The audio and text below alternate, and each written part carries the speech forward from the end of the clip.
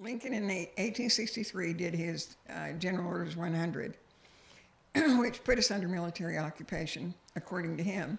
It is an executive order. Now we know we need to call Mr. Trump and tell him how effective they can be. They can sort of last forever if the people consent to it. So, well, he's still fighting it. Right? Oh, I think he's making I don't know what he's doing, some kind of a gesture. Yeah, he's making a gesture. Okay, and one of the problems we have is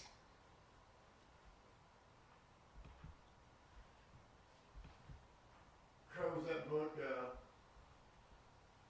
was it hard to read, or was it? It was this thick. I never read it. I picked it up once or twice. I never read it. Why was it hard to read? Well, I mean, you read it. It couldn't be that hard. Could be that hard. He read it like 6 or 7 times. He liked to punish himself. It is a slog. Whenever he thought he was bad, naughty, no, he'd go pick up Whiting because that was the punishment of the day. It was tough. It really, in chapters, it's not so bad. This is a breakdown of one chapter. But it's horrible to read. I mean, horrible in its implications. It'll make you sick. This is the law administered by military governors. Now, after 1865, did we have military governors in Texas? Yes, we did. Yes, we did. We had 2, actually. They actually left by 1867, but when they pulled out, the 5th military district at that time became the 5th judicial district. Wink, wink, nod, nod. Okay? So actually, the regime that was here stayed, and we live under that today. So the law administered by military governments as the powers of a de facto. What does de facto mean? As in fact. Well, If I don't have my credentials and you allow me to rule over you, I sit de facto because I don't have any authority or credentials to do so. But when you allow it, then I get away with it. That's de facto. It's not for real. I'm sitting here because you're going to let me. It's voluntary. Kind of like the JPs in Travis County, right? Sort of like every single judge in Travis County. It's not limited to the JPs. well, it's like that, isn't like every judge in the whole country? I'm not sure about the whole country. I know New York absolutely requires their oaths or their people don't get paid. So there may be some law some law out of the textbooks in New York, but I don't know. In New York, they have a thing called no oath, no job, no pay. Yeah, I remember about 10 years ago. Yeah, It was a really big deal. Right. Okay. As the powers of a de facto government belong to the conqueror by the laws of war, he's de facto because he says he's in charge. And you believe him. He may suspend, modify, or abrogate all municipal laws and I can't find anything really wrong with that word municipal, but to me it's highly suspect because every time I see it, I think army. And I can't find any really nasty definitions that would lead me to believe that municipal is army, but I think municipality are extensions of armies, but I can't prove it. You can? Do they have a interagency agreement? Well, that's an interagency agreement, but yeah. Then you gotta have. Cray says fire. municipal's army. Okay. Of those whom he has conquered, he may disregard their former civil rights and remedies. He may introduce and enforce a new code of laws, military and municipal, and may carry them into effect by new military tribunals, having abolished all courts and offices held under the authority of his enemy. So when you go into one of these alleged courts, what are you going into? Tribunal. A military tribunal. It has been held by the Supreme Court that the laws, whether in writing or evidenced by the usage and customs of the conquered or ceded country, continue in force till altered by the new sovereign. When did we ever get pitched aside as the sovereign? We were the sovereign, you know. As far as I'm concerned, we still are. But we've got a mass of people pushing on us that think they are, not us. We have to change that. But didn't the 14th Amendment, didn't that change the status of the mass of the folk over here? Well, does the 14th Amendment apply to you? So I'm talking about the mass of the people. Well, they believe it did. And whatever you believe is what there is. While they continue in force, it is by the express or implied permission of the new sovereign, and until altered by him, they are recognized only as an expression of the will of the conqueror. So when we go down in here and we get charged with something, it's a military charge, and it's really just to take our stuff. If the law should conflict with the will of the conqueror, the law must yield. So we can read these books all day long that hold what's Okay, supposed say that last sentence again. You read it. You can't see that? Nah. Oh, shit. If the law should conflict, They're recognized only as an expression of the will of the conqueror. And- And what's the laws? The new laws. The wills of the conqueror, the military occupation that's been put on us. And so what happens? If the law should conflict with the will of the conqueror, the law must yield. That means the Declaration of Independence goes out the door. Dictator. Yeah.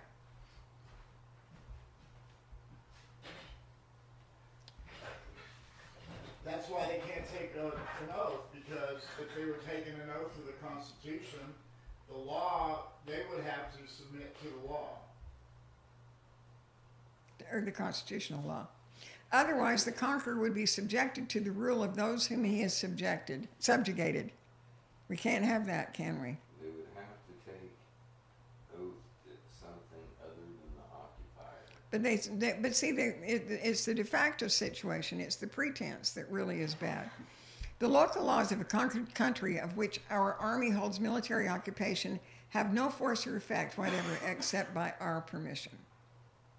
Thus, rules governing the rights of property, the relations of persons, and the laws of crimes in the respective countries of the belligerents are often so nearly alike that the administration of them is permitted to remain unchanged even in war.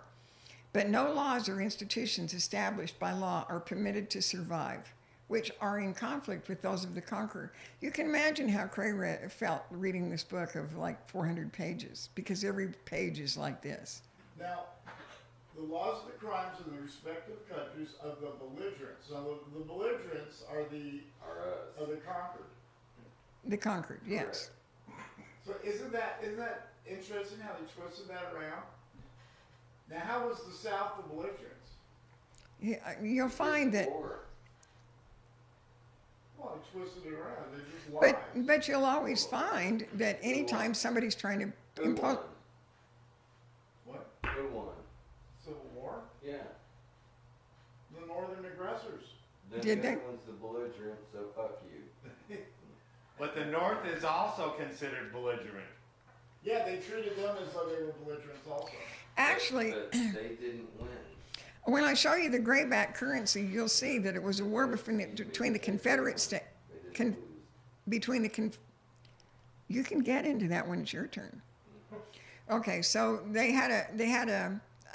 You'll see when we come to the actual currency that the it was a war between the Confederate States and the United States. That's what the Confederates list on their currency. In all cases, the will of the conqueror governs. So they still call the North the United States. Go back down there a second. What did you want? Stop. Okay. Where is it? Go down a little more. It has been asserted that the municipal laws of belligerent territory remain in force. See, Propria vigor, there's your municipality. until altered by military orders. Also, right after the brown, go back up a little bit. Look, hence, in a ceded or subjected territory, all laws violating treaty stipulations with foreign nations or granting rank and titles or in conflict with the institution of the conqueror are abrogated. Granting ranks and titles. Okay, let's read that. Let's read that into the mic. Hence, in a ceded or subjugated territory, which they consider we are, all laws violating treaty stipulations with foreign nations or granting rank and titles or commercial privileges in conflict with the institutions of the conqueror are abrogated. So everybody has to be in step with a stepper, with a Hitler in charge, okay? Right, well, I mean, that goes to what we were talking about earlier with the treaty that granted people freedom not to donate to somebody they don't believe in. Okay. The suppression of the present rebellion is not the conquest of a foreign country. The citizens of the United States residing in the districts in rebellion are not alien enemies, though they are public enemies. So instead of being a United States citizen, which I don't believe any of us are, we have United States citizens out here, but they are the United States citizens are the public enemy. We that believe in a republic are the alien enemies. I think that's what that says. And it is important in several points of view to observe the distinction between enemies who are subjects of a foreign government and are therefore called alien enemies, and those who are denizens and subjects of the United States and being engaged in civil war are called public enemies. An alien owes no allegiance or obedience to our government or to our Constitution, laws, or proclamations. A citizen subject is bound to obey them all. So what do you want to be?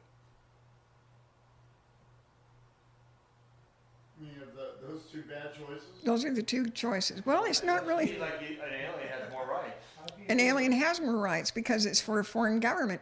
Actually, our four organic laws of the United States that still sit as the law of the land are alien to what is being practiced now. So I do believe that we can be Republican in nature and alien as well.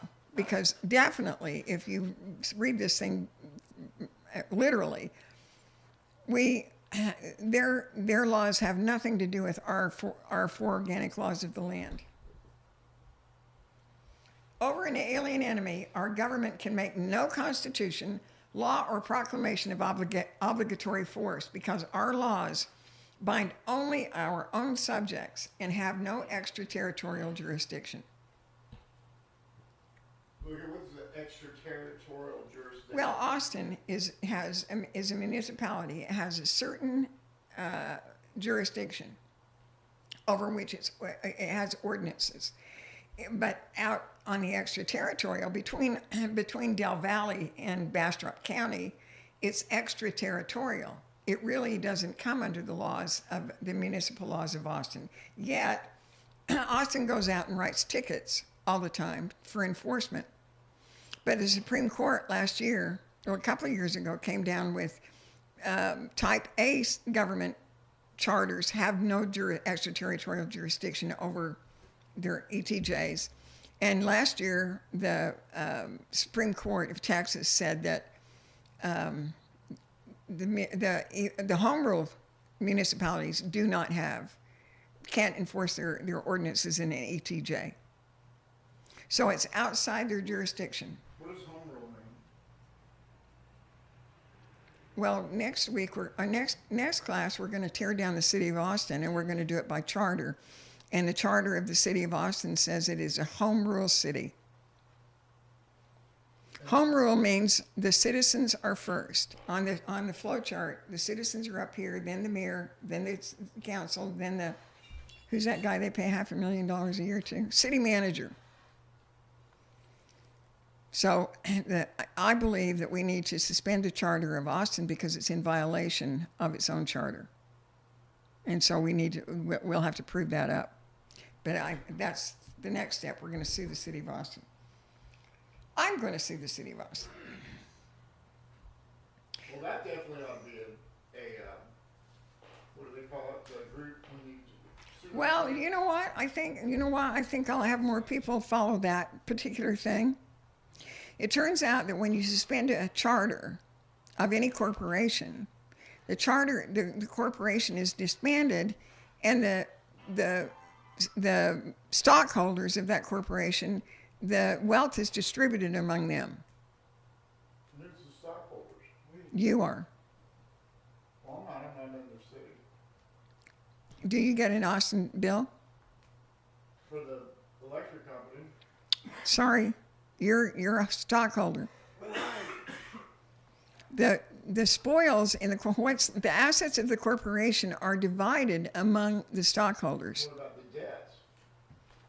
Is that not the same? No.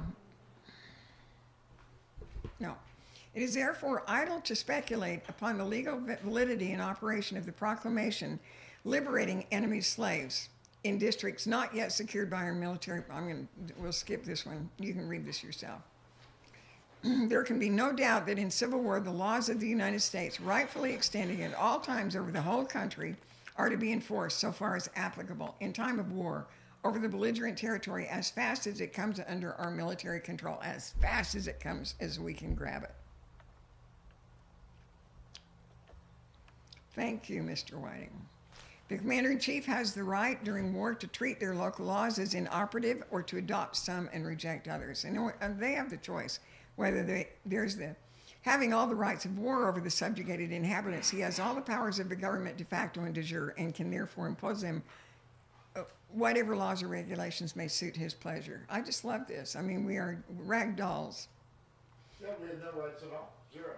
If you believe that you fall under this. Well, I don't think, in their point of view, it doesn't matter what we believe. Well, show me otherwise. The courts and judicial, as established by laws of Congress in the seceded states, having been closed by civil war, may be reestablished whenever the districts over which they have jurisdiction shall be permanently reduced under the power of the United States. How could we reduce that power? Permanently reduced. How could we permanently reduce that power? We ourselves? Give it to the federal government. You know, you as a man, how are you going to do it?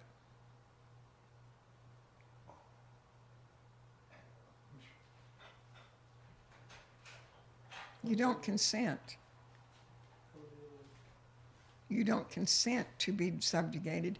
You don't consent to be governed. You have to consent to this junk. You have to believe this is real. I don't believe it's real, and I don't think they can impose this crap on us more than 150 years later. Well, there's still, yeah, there's absolutely no authority to it. They They just usurp the power. No, they don't usurp the power. They take the power that is available and you allow them to use it. They tell them it applies to you, and you say, okay, hands up. That doesn't apply to me.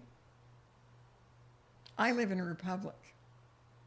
I don't consent to your military occupation. Go next door. If new appointments were to be made now, it is obvious that the authority of courts would be could be enforced only by military power, but that's what they're doing now. They're enforcing courts by military power. Hence, it would be worse than useless to erect judicial courts before peace is completely restored. Now, there's our final answer, isn't it? What's the final answer to the military occupation? It's right there. Peace. Peace. We declare peace. Peace. It can hardly be deemed advisable to interfere with the stern, effective, but necessary government of hostile people by military power until Congress, by legislative act, recognize a state of peace. One of those RE Now, how are we going to get a bunch of Democrats to recognize a state of peace? If I could get a webmaster to come on my website and change it, I would put up a declaration of peace. 156 guys did an entire nation to change the way they behave. I believe I can get hundreds of thousands of signatures, because who doesn't want peace when they understand we're at war? They don't have to understand. Hey, want to get your taxes go away? Push the button here for peace. I believe if I could just get a webmaster that we could have hundreds of thousands of signatures, and that's a fact that Congress can't ignore. All right? We can do it. But it's only at this time, it's only by saying no. Well, I bet you should go get a webmaster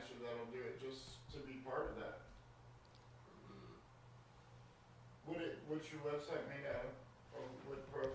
I don't know, but Brandon got it and he can't fix it. So I've asked Chris, but Chris, Probably it's better to start over. it probably is. And it's much simpler now. Websites are much simpler, so it probably is. Oh, Daddy. Here's I've got Foundation of War Powers. That's really an interesting article, which I also have to send you because we're not going to go over that. And an explanation in history of war powers, which I did years and years ago. Craig did the foundations. I did the explanation in history.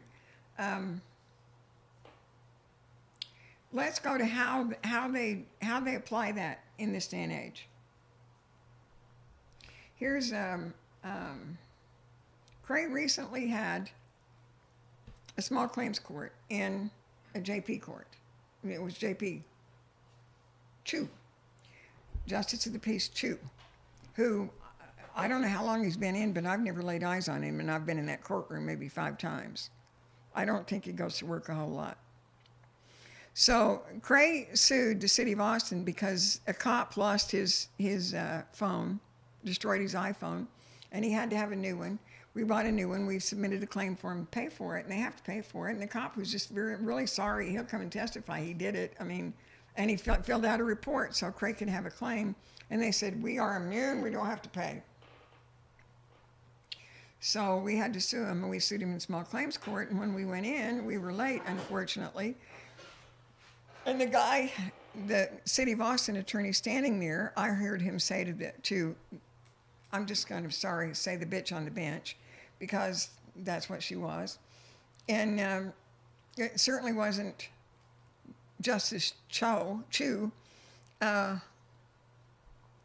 He said to her, Mr. Pease is totally confused, but it has Texas Civil Practices and Remedies Code Chapter 110, which, as we know, is governmental liability and religious freedom. And he believes they're not immune. He believes they're liable for the damage they caused, and that's why we were there. He said, it doesn't apply in this court. It only applies in district court. A law. It's absurd. Is it? Well, I mean, if it's applied in district court, then it's going to apply in the lower court, it would seem to be. You think? It was an... Well, it shouldn't matter what court. It's nothing to do with which court it's in. Well, of course it is. Why? Well, because she said it so, and he said it was so, and Yeah. therefore that makes it so. That's right. She And listened to because- him. Well, She did. She listened to him. She didn't say, who the hell do you think you're fooling there, buddy? I mean, she's an attorney. She was a justice of the peace for a lot of years. She's a floater now. And she She came in to get her $600 per diem. Right. She got it, and all she has to do. But if she gives out money, she probably loses a chunk of her money. No, she doesn't. But does she have the right to give out money? Well, is there any case law on that? I believe that's kind of a recent law, isn't it? That it's Of course, there's no case opinion on that. It applies across the board. It is the law, unless you've got a military dictator sitting on the throne, and then it doesn't. We just saw that it doesn't. If it's the dude, then he or she goes with another law. Here's her authority.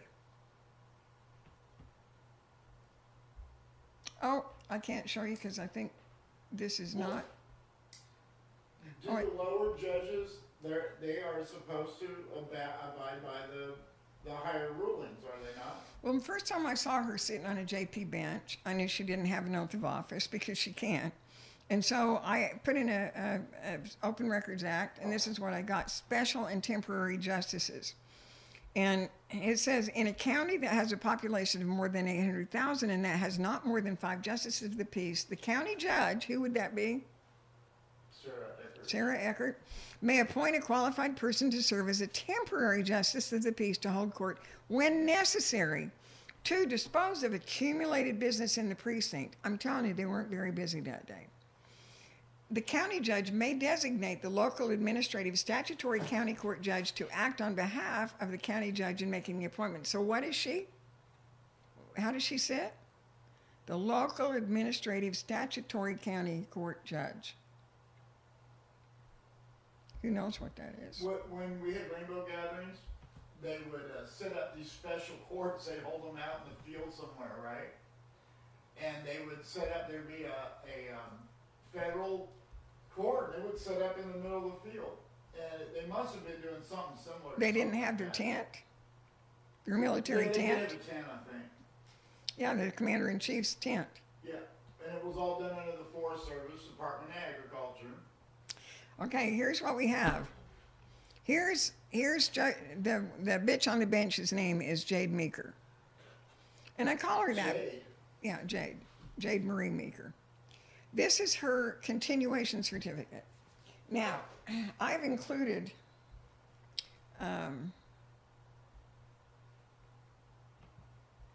All liability. You mind putting that back up, or? I'm going to put it back up, but this is her oath in 2010. It's not very clear. Okay. I can't Then even read it standing can right you here. can you dink there? Can you focus it better? Ron, can you do it? Just where you focus it right here. There you go, that's better. I don't know how to make this bigger. Well, this whole thing though, with all the military, it does like make, it makes sense of all the stuff we couldn't figure out. Oh, it makes up. But she had a $5,000 bond held by the Travis County judge to be the appointed justice of the peace. Aren't justices of the peace elected? Yeah. A $5,000 bond seems pretty puny.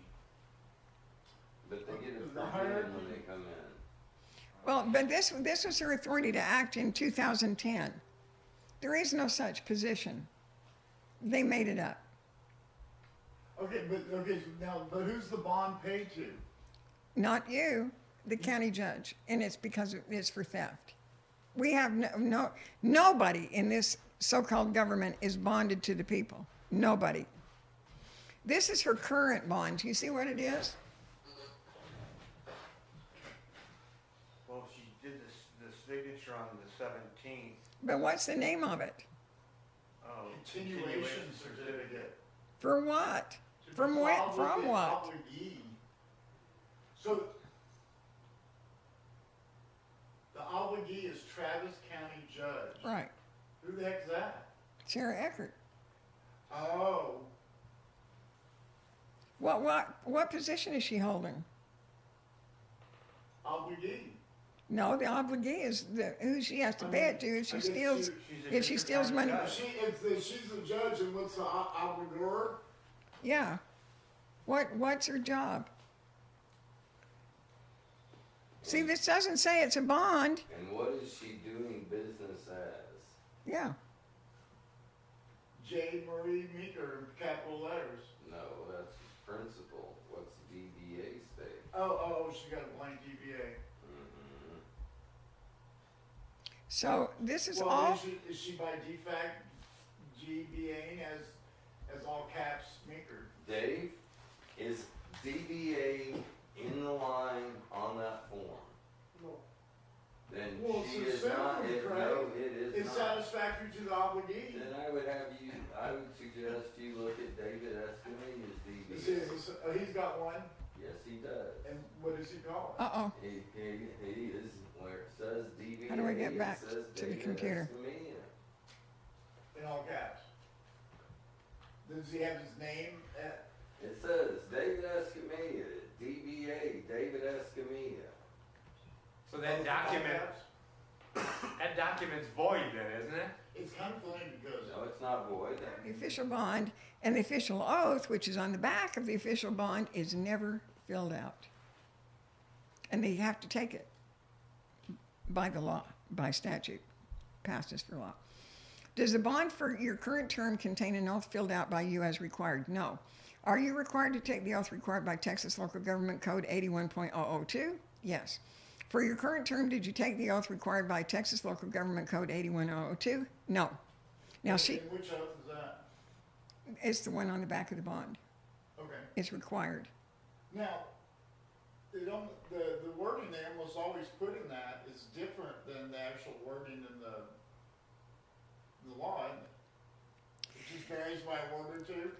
Well, the one that's on file for Travis County attorneys, when an assistant county attorney takes an oath, they change one word from the Article 16 oath. They change one word. Article 16 being the federal? No, that means the mandatory oath of office for the Texas Constitution. Okay. They always change one word, so they don't actually take the oath. It just appears that they did.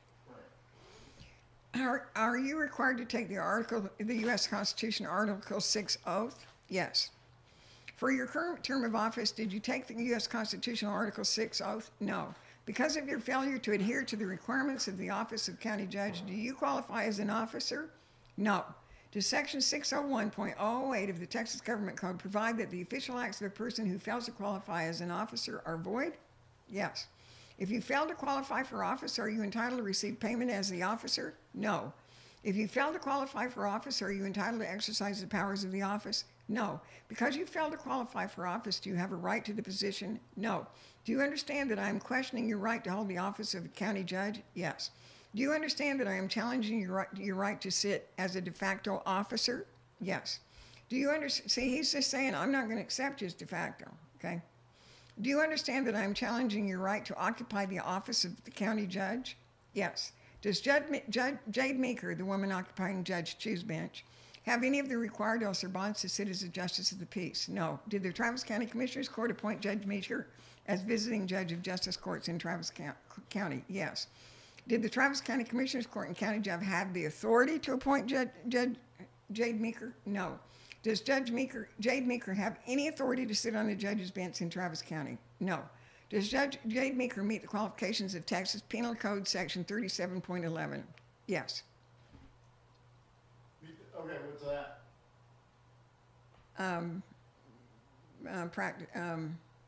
Pretending to be an official. Impersonating Yeah, an that's the one. officer? Yeah. Has the Travis County Commissioners Court made arrangements to pay Jade Meeker for sitting on a judge or justice's bench in Travis County? Yes. Does the payment of Jade Meeker for services she is not authorized by law to perform constitute theft of the money which the men and women of Travis County have entrusted to the Commissioners Court? Yes. Does the payment to any officer in Travis County who does not have the requirements to assume the duties of an office constitute theft by the officer and theft by the Travis County Commissioners Court? Yes. Is there one single court? Well, that's huge. That's God knows how many millions of dollars. You think that's huge? Yeah. And you wonder how we can unseat the bastards? Yeah, no, it's got to be, because, I mean, what kind of theft is it when you get over $1 million or whatever? Is there one single court in Travis County that is overseen by a judge or justice with his or her credentials of office? No. Is it the fiduciary duty of a county judge and commissioner's court to pay salaries and pensions to elected officials who do not sit legal? No. Do you have... Wait a minute. Whoop, Then I you should have said said yes. no. I did the wrong one. Do you have a bond payable to the people which indemnifies them against your violations of fiduciary duties? No. Do any of the Travis County Commissioners have the requisites required to assume the duties of the office of County Commissioner? Not one of them. Okay, requisites meaning the oaths? Or does that mean something else? Two of those people don't have anything. They don't have the Article 16 oath. Normally, all of them have the Article 16 oath. It's just a matter of time when they take it. Well, is there any requisites besides the oaths that you're referring to? Okay. Which one? He's in the phone. It's very distracting. None of them have. 33. 33's got to be a more important one. Two of them have nothing. Nothing at all. Margaret, I got an email from one that says because you asked, you can go fuck off. that's true. When Gray asked Well, Gerald Doherty, my question just was, the requisites are the oaths. Yeah. it's the oath Okay, and I bond. thought maybe been something else too. No, I'm going to give you a copy of the 2018 requirements by the Texas County. It'll be on here and you can refer it to for all of that. And it tells what each office has to have. A county commissioner has to have an Article 16 statement, oath, and bond. And the bond has to be filled out front and back. Right, and then somebody has to bond them. Yeah, but they do that automatically with a contract with the county. So merchants bonding normally picks them up, but there are two of them that don't even have that. Now, does somebody have to pay for that bond, or does the county Yeah, you pay for do. the bond? You do. Yeah, isn't that great? Well, but they don't even get it. Yeah. They don't even get it. And that's why it's your fault. It doesn't cost them a dime. Take that. It doesn't cost them a dime to read what the requisites of the office are. It sure is. It doesn't cost them a dime to register with Dana de Beauvoir, who doesn't have her oath on file. Dave, there's a person on the payroll for Travis County whose job it is to make sure all this stuff is taken care Well, of. I remember talking about it. But the other thing is that this is far different from the days where they had to put up their freehold. Far different from the time that that the people were indemnified against their acts. Right. Do the actions of you, Ms. Eckhart, and the Travis County Commissioners rise to the level of a RICO action? I hope you, Sarah, I hope you get the gist of what's coming next.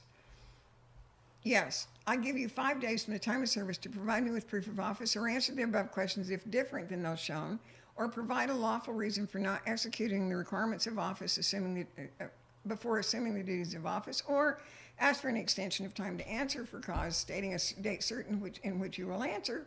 Otherwise, it will be deemed that the answers to the questions are approved by you and not subject to future challenge. Further, should you not complete 1 through 4 as shown above, you agree that I have the right to sue you and the commissioners in a competent court for violations under the RICO statutes. Now, on Tuesday, the default for that goes out. And when did that originally get mailed out? Looks like February 10th. Okay, so pretty. Okay? Now, It's pretty amazing that they get so blatant. this is the requirements. This is the thing that the Texas County puts out. And it has all the county officials and what they have to have. So this is the thing I always use as my reference. However, it doesn't say they have to have the Article 6 oath, but the Constitution says that. We found anybody in Travis County or the city that actually has the proper paperwork according, even though none of that meets the requirements of the Republic?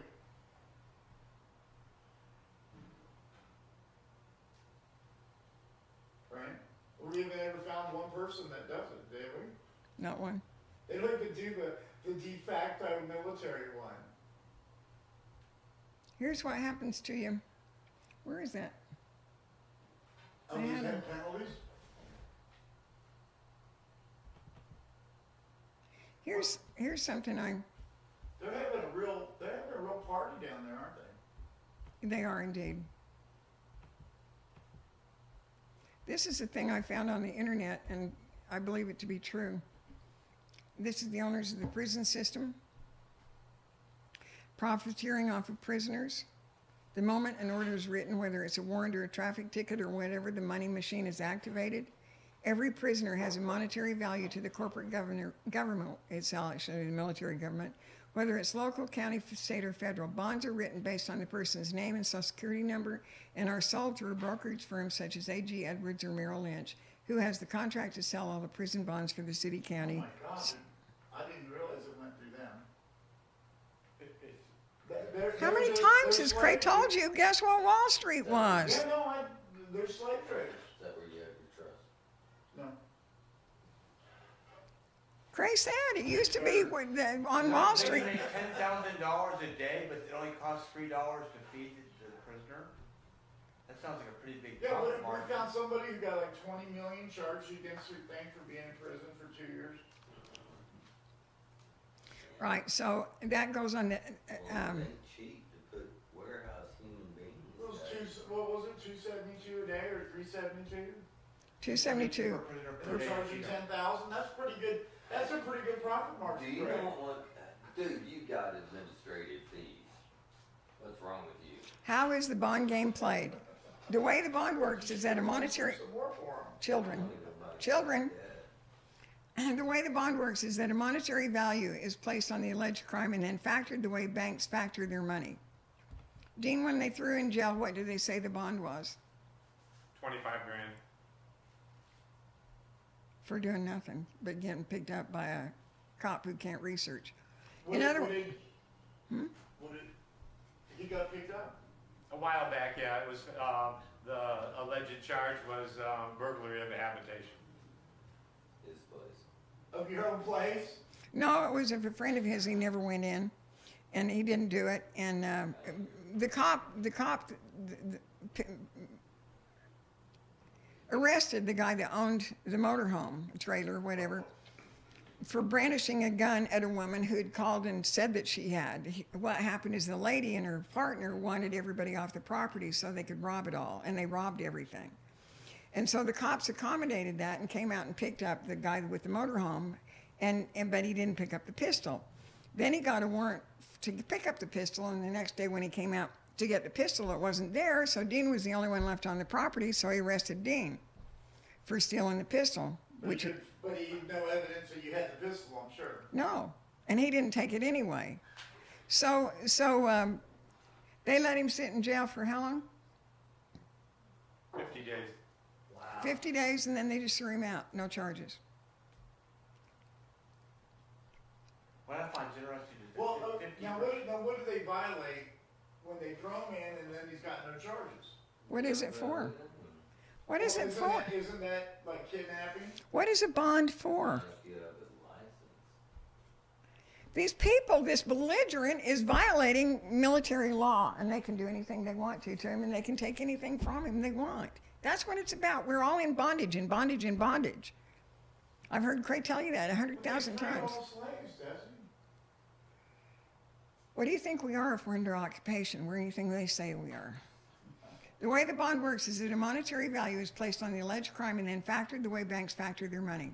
In other words, if a person is convicted of a felony, if convicted, the value would be $4 million. The county, city, state then multiplies it by 10, so the bond that goes out for sale, so his bond went out for $250,000. It's a short-term promissory note. It's offered at $40 million. Perhaps an investor will offer 40% of the $40 million or 16. Once this promissory note of the face value for $40 million reaches the banks, it is then multiplied again by 200 or 300% and sold as bank securities. For those of you who wonder why the U.S. has more persons in prison per capita than any other nation on earth, you'll begin to understand how we can have a weakening economy and still fund wars overseas. It's all based on prisoners, in other words, prison for profit. Over 50% of the money market bonds right now are purchased in Japan or China. Well, how old is this paper? Who are the, How old is this paper? Because I'll bet you that's not true anymore.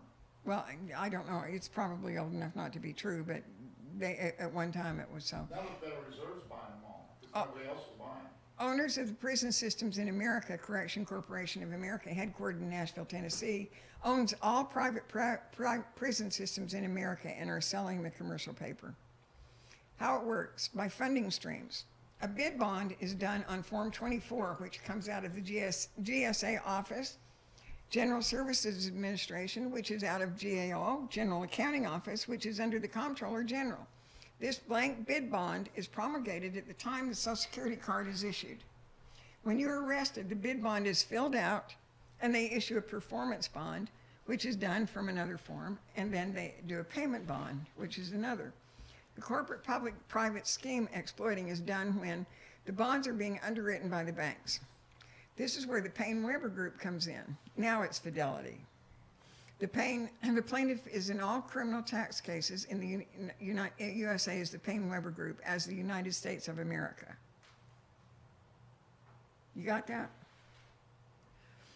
The Payne-Weber Group is a group of international businesses. The Payne-Weber Group is providing the securities for the prisoners, it's selling the bonds, and the banks, the American Banking Association, like Lehman Brothers in New York City, well, they failed, are the underwriters of these bonds. The bonds are underwriters is where the money is originally coming from.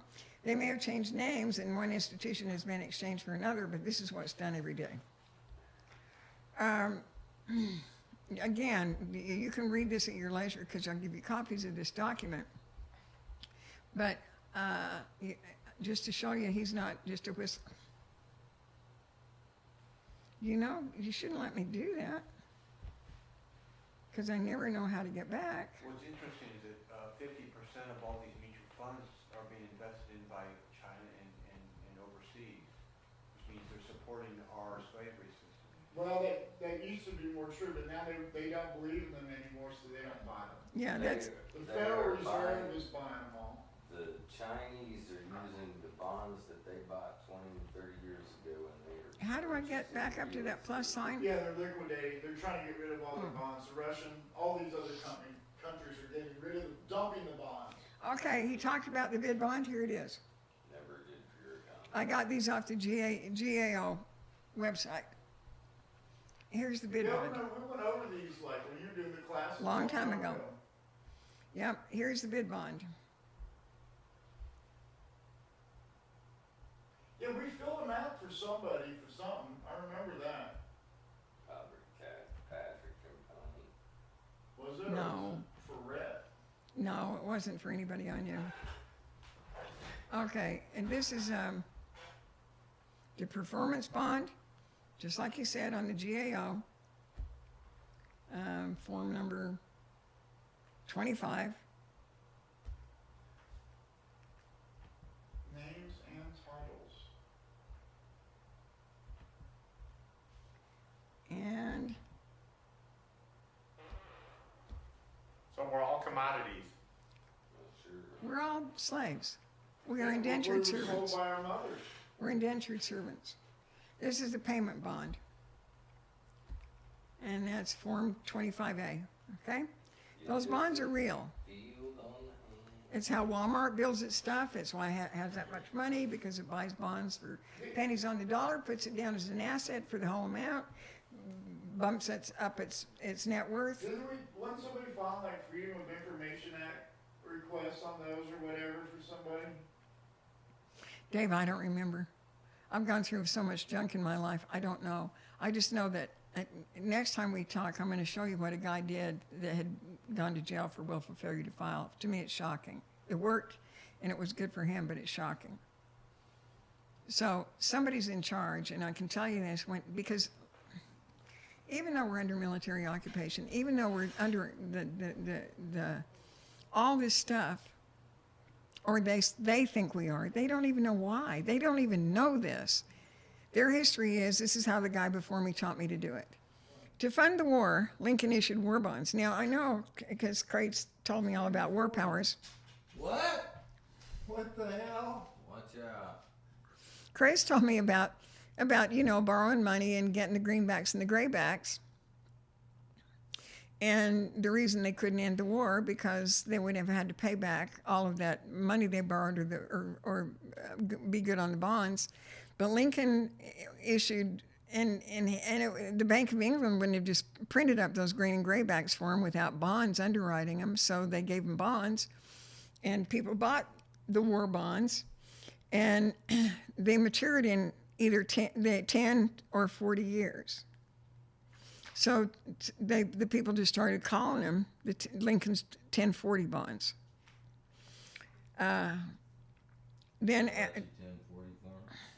Then a Form 1040 was instituted, and the Officer of the Commissioner of Internal Revenue was created.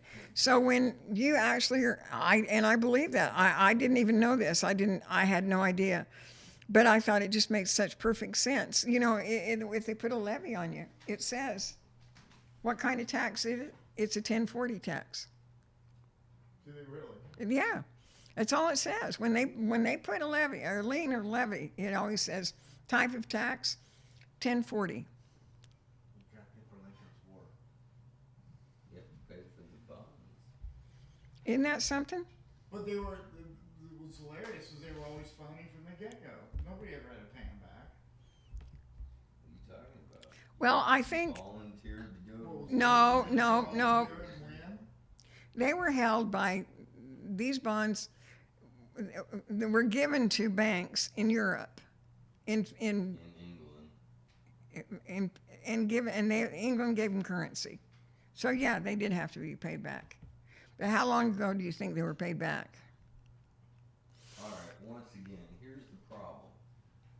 The problem they had is they issued two types of currency. Wait a minute. before you get into that, I want you to expound on that, but I want you to expound up here. I'm going to show them first, and then you can do that. Okay?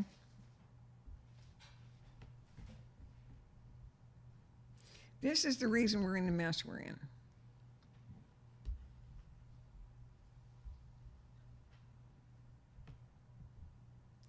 All right, how do I drag this?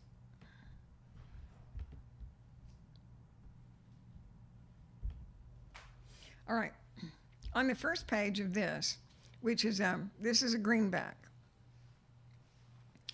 The part that's fuzzy in here that you can't see says this. No, it says. Let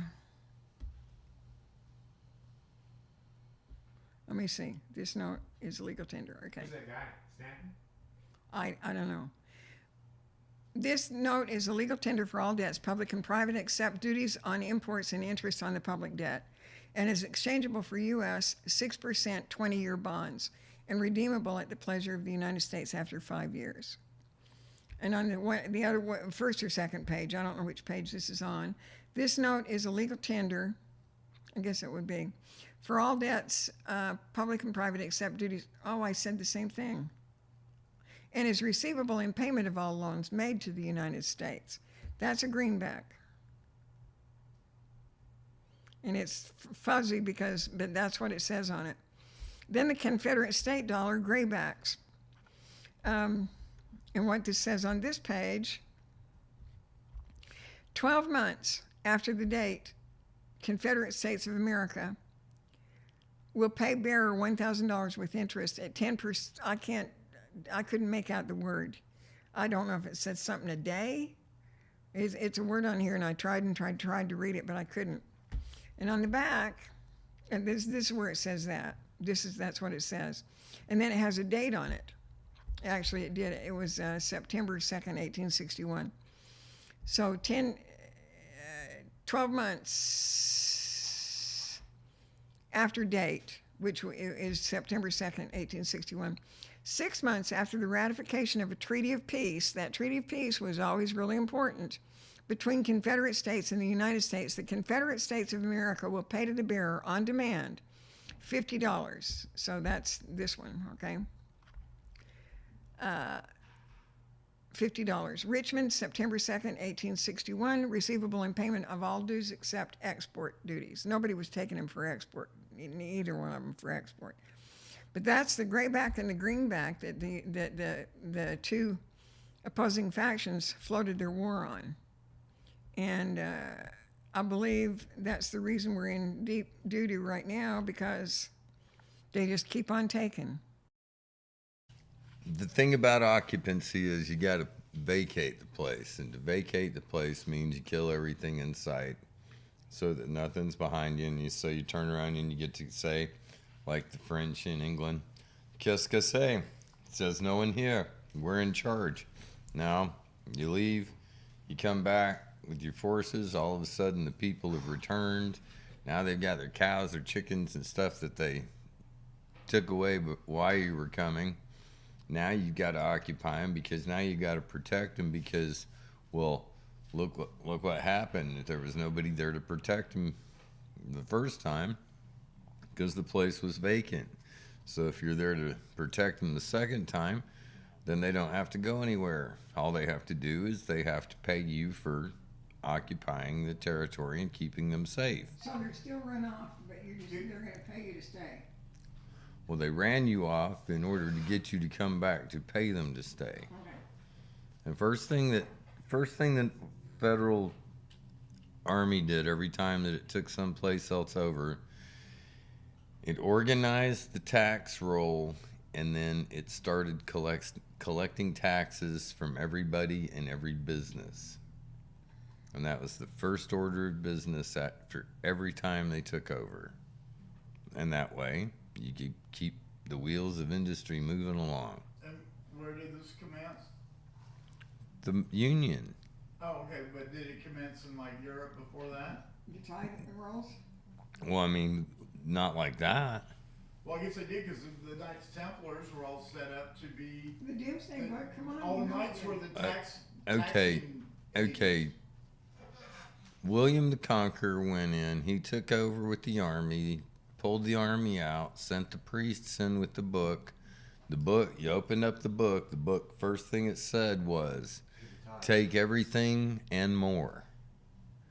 And the official name of the book is The Possessions of King William in Britain, and the Brits call it the Doomsday Book. Two different ways of looking at it. But when was it? 1088. 1088 is when William the Conqueror won, and 2 years later he sent out the priests with the books. When was the Magna Carta? Was 1215 or something? Something like that. 15. And was that a rebellion against? John. But he was the son of William the Conqueror. No, he wasn't. Grandson, somewhere in there. Yeah.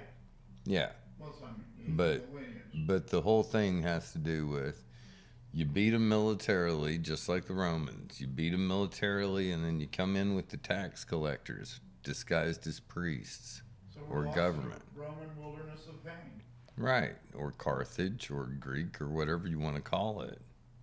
It's been around a long That's all time. they know. Conquering tax, whatever you want to call it. Right. That's why they have that old expression, there's two things that are guaranteed in Texas, death and taxes. Well, But and see, here, somebody has to start saying. but see- guess who it is that starts it? The people that want you to believe that. here's the difference, though. We don't live in those times, and we don't live in that place. We live here in the United States. And the United States is supposed to be a republic. And a republic is not a democracy. And it's not a constitutional republic. It's a republic. It's also not a constitutional democracy. It's a republic. And then you have the republic. And after you have the republic, then you have a constitution for elected officials. But see, you don't have constitutional rights. You have rights that are protected through the Constitution, but the Constitution never said that you don't, you get to enjoy these rights unencumbered. It said, hey, you got them. Now you're going to have to go out and you're going to have to kick a couple of folks' teeth to get them to understand it, because a lot of people are going to try to abuse this. And they're going to see that people are easily led. Misled. Led. These people, They're they're misled.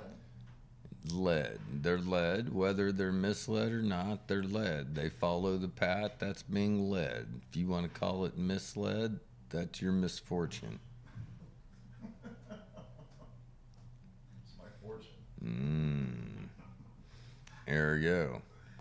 So, I mean, go downtown Austin any weekend. I mean, it's just party central. Everybody's having a great time. They're all networking. They're all going to get great. They're all going to work for Google or Amazon or whatever.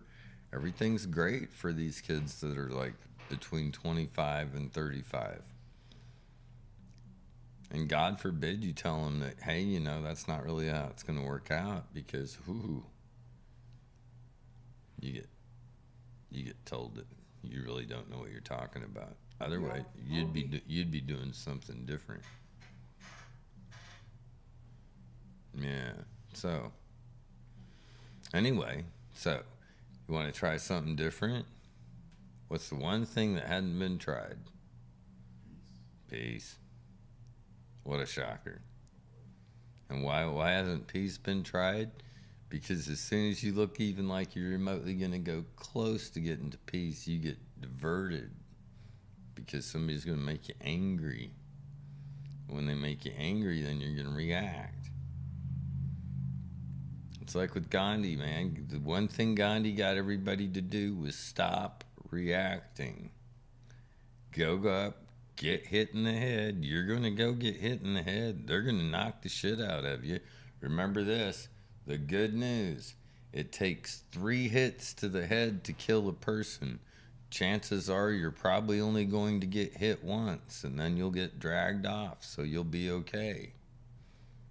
If anybody sees anybody look like they're going to get hit twice, make sure to pull them back. I mean, those were the instructions. because you can get hit in the head 3 times without dying.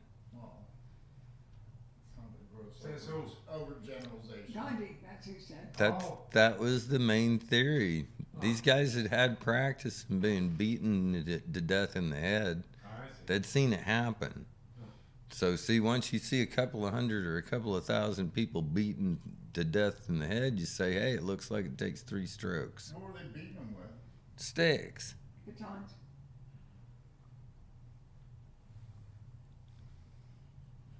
Now here's the deal.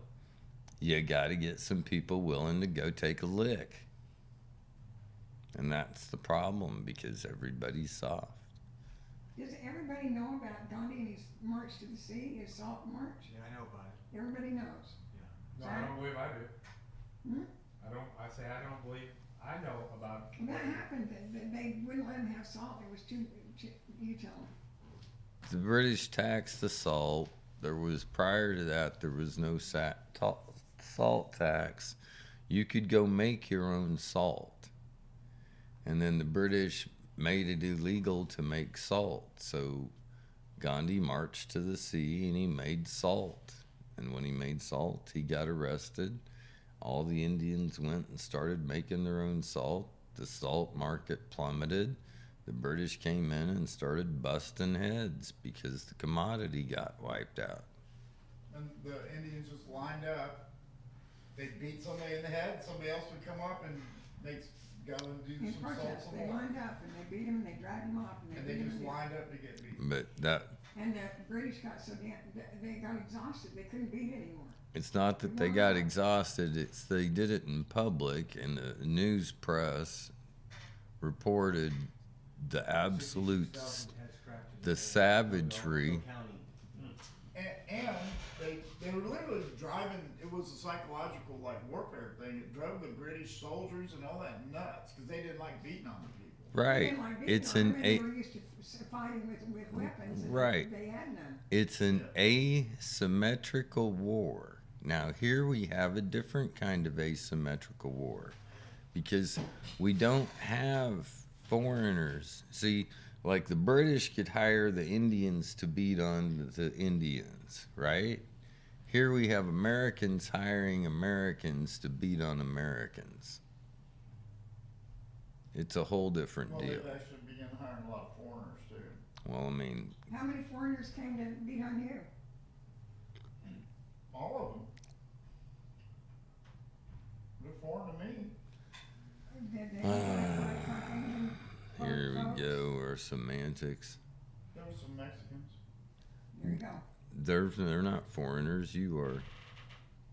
Well, it depends on how you look at it, yeah. But the point is, okay, we have a thing here. We've got a republic. We can stand up and say, hey, we have a republic. We don't have to say we have constitutional rights. We just have to say, we're in a republic. Who are you? And after that, that's it. See, that's what the government liability code was all about. Title V.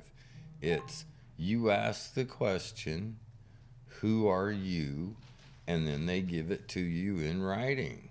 What their interest is in you and what their overwhelming governmental interest is in you. It can only be one thing, and that one thing is the one thing that they cannot divulge other than in general. That, what, were military belligerents? War powers. They It's always can war they powers. can say emergency, but they can't say because of the emergency you are subject to war. Now, don't ask me why, but that's been one of those rulers' mind frames for millennia. Well, they've been telling the other story. Oh, you're the freest nation on earth, and blah blah blah. Home of the brave. Look at that flag. If Ooh. I were going to subjugate you, what would I tell you? You're free. You're free. You're just as free as, but get over there and dig the ditch while you're enjoying your freedom. You gotta go lay in the ditch. Is that what you said?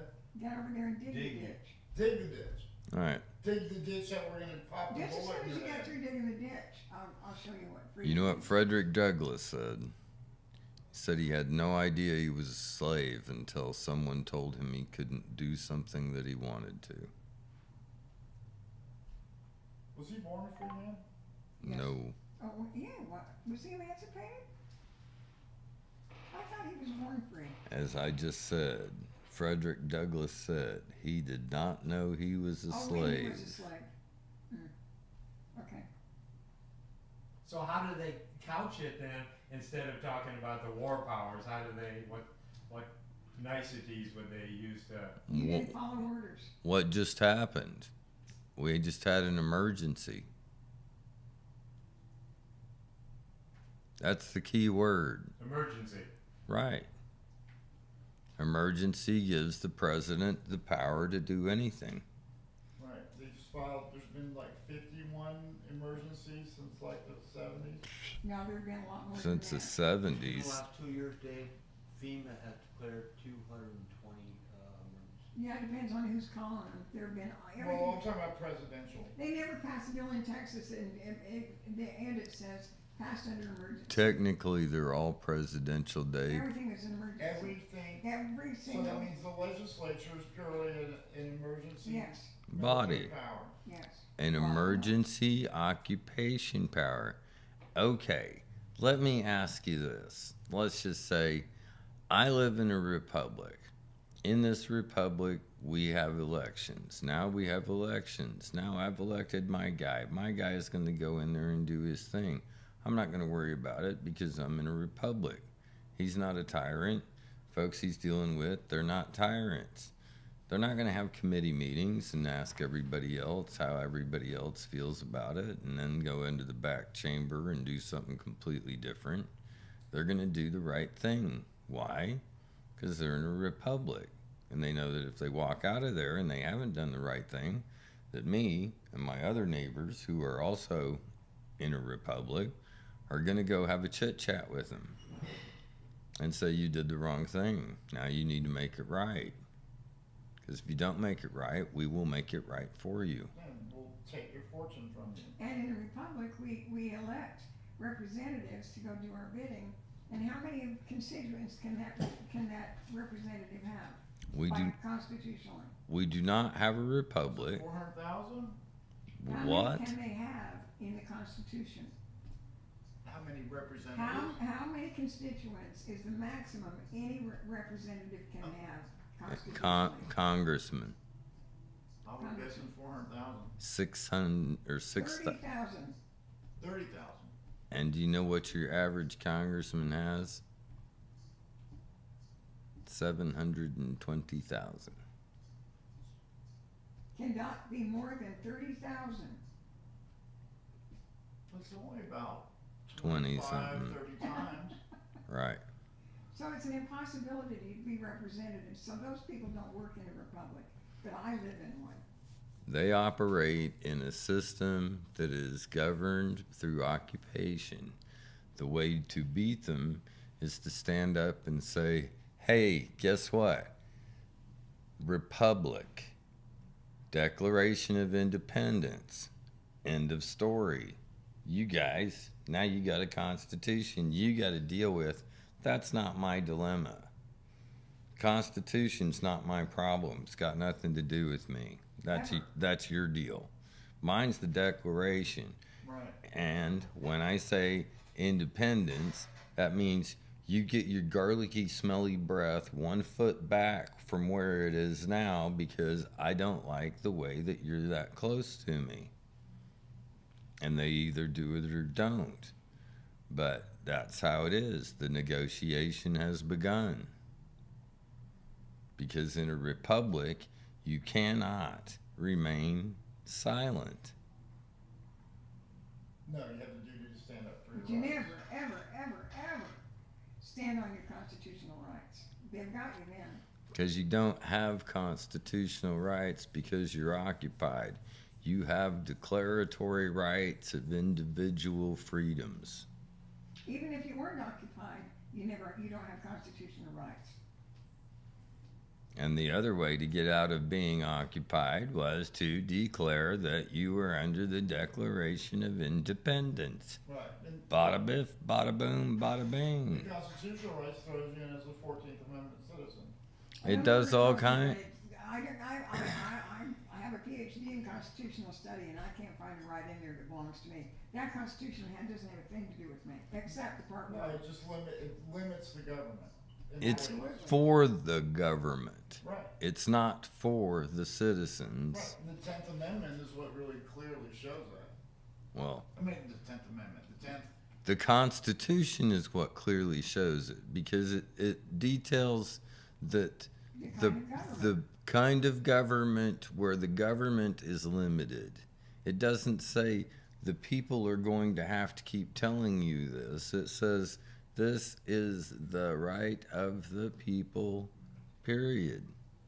Yeah, this is what the Congress can do. This is what the judiciary can do. This is what the executive can do, period. Now, here's one of the things that what used to be an amazing fact. When you were elected to government back in the day, you had to go read the Constitution. How about we do this? Any government elected official who can't read the Constitution or quote it gets kicked out immediately. How would that work out? And put up a freehold. Well, that we've allowed that. That just shows that they're all de facto.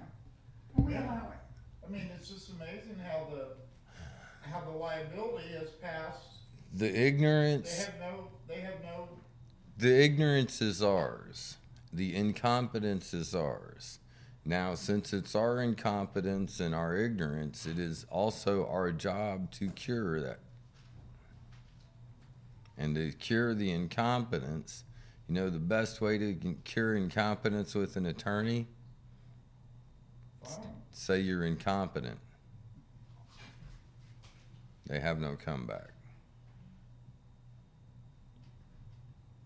They are. It's one of those things I learned from Shauna.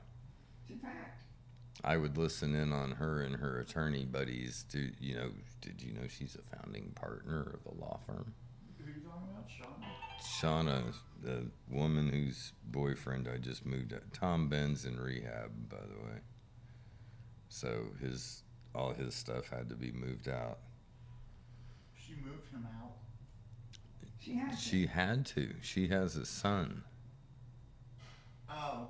whose father made 2 pages of demands, Or he takes custody. and she never sees her son again. So Mama bared up. She had to. She got rid of her boy toy? Yep. No, he got rid of himself. Well. Anyway, point being, the number one way that these attorneys attack all the other attorneys is with the word incompetent. Right.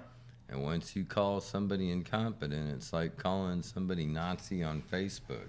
You've won. First person to call incompetence wins. Mamsy-pamsy. Whatever you want to do, first one wins. So the thing you have to do is you have to understand that if you want rights and you want freedom and you want this thing to change, then you stand on Republic land and you speak Republic speech. And you don't have constitutional rights. You have creator endowed unalienable rights. You have unalienable rights which were given to you by the creators of the Declaration of Independence. Whatever you perceive the creator to be, Christ sees it to be the man that penned it, I believe it to be something else. So it's whatever you believe. But anyway, we were given, they were passed on to us unalienable rights. That's what that document gave us. And how does that work when you go into court and you address the person there in the black robe as incompetent?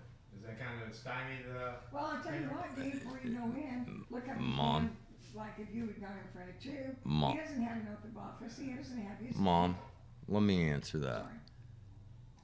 As for how that works, I went in front of Kim Williams, and she asked why I didn't believe in her church, and I said because this is a stupid religion by definition. And she said, "What are you talking about?" Now, And did she actually say religion? No, he said religion. I said religion. I said this is a stupid religion. She said, what are you talking about?" I said, stupid, definition of stupid is lacking in intelligence. You have told me over and over again that I have to do this knowingly, intelligently, and voluntarily. Now we're going to go through those words. We're going to go with voluntarily first. I can't do it voluntarily because that means free and without coercion, and that guy over there has a gun, and you're having a hearing. And she says, "What does that mean?" And I said, "That means coercion." I said, "Now we go with knowingly." Legal definition of knowingly is to have knowledge of or intelligently understand. It's got the root word in the definition, therefore it's meaningless, therefore I don't know what that means. Now we come to intelligently. I've looked in 6 Black's Law dictionaries, I looked in Bouvier's, and I went down to the Texas Law Library. I can't find a semblance of intelligence in the American legal system. Can you? To which she told me the courtroom is no place for games of semantics. I So also told her it was dogma. that was, she jumped out of the seat on dogma, but that's how it works when you tell them. And so what happened with, you said, where did the dogma come into it there? How did she react? When I said I don't believe in your dogma, she, "Dogma? What are you calling dogma?" I said, "That stuff from your legislature." Well, but even then, they don't all, just It is the dogma. black robe priests don't always, they don't even care about their dogma. They'll do their own dance. Dave, over every portal of every magician's training center in this country, it says, "The truth will set you free." And as the Magi pass through those portals, they take that to heart.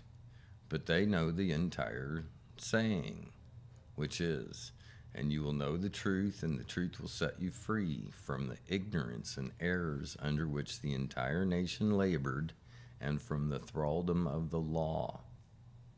Thraldom of the law. Uh-huh. Thraldom of the law. Law is dogma. What's thraldom? Thraldom You're is enthralled, you are mesmerized. you are in awe. You are a believer. You consent. In other words, the magic glowing dust. Yeah. You are spellbound. The emperor is behind the curtain. You believe that this group of people, because they got together in suits in a big room and discussed amongst themselves and then pushed these buttons on these desks and this thing lit up over here on a wall, that you somehow are beholding and subject to what that decision was.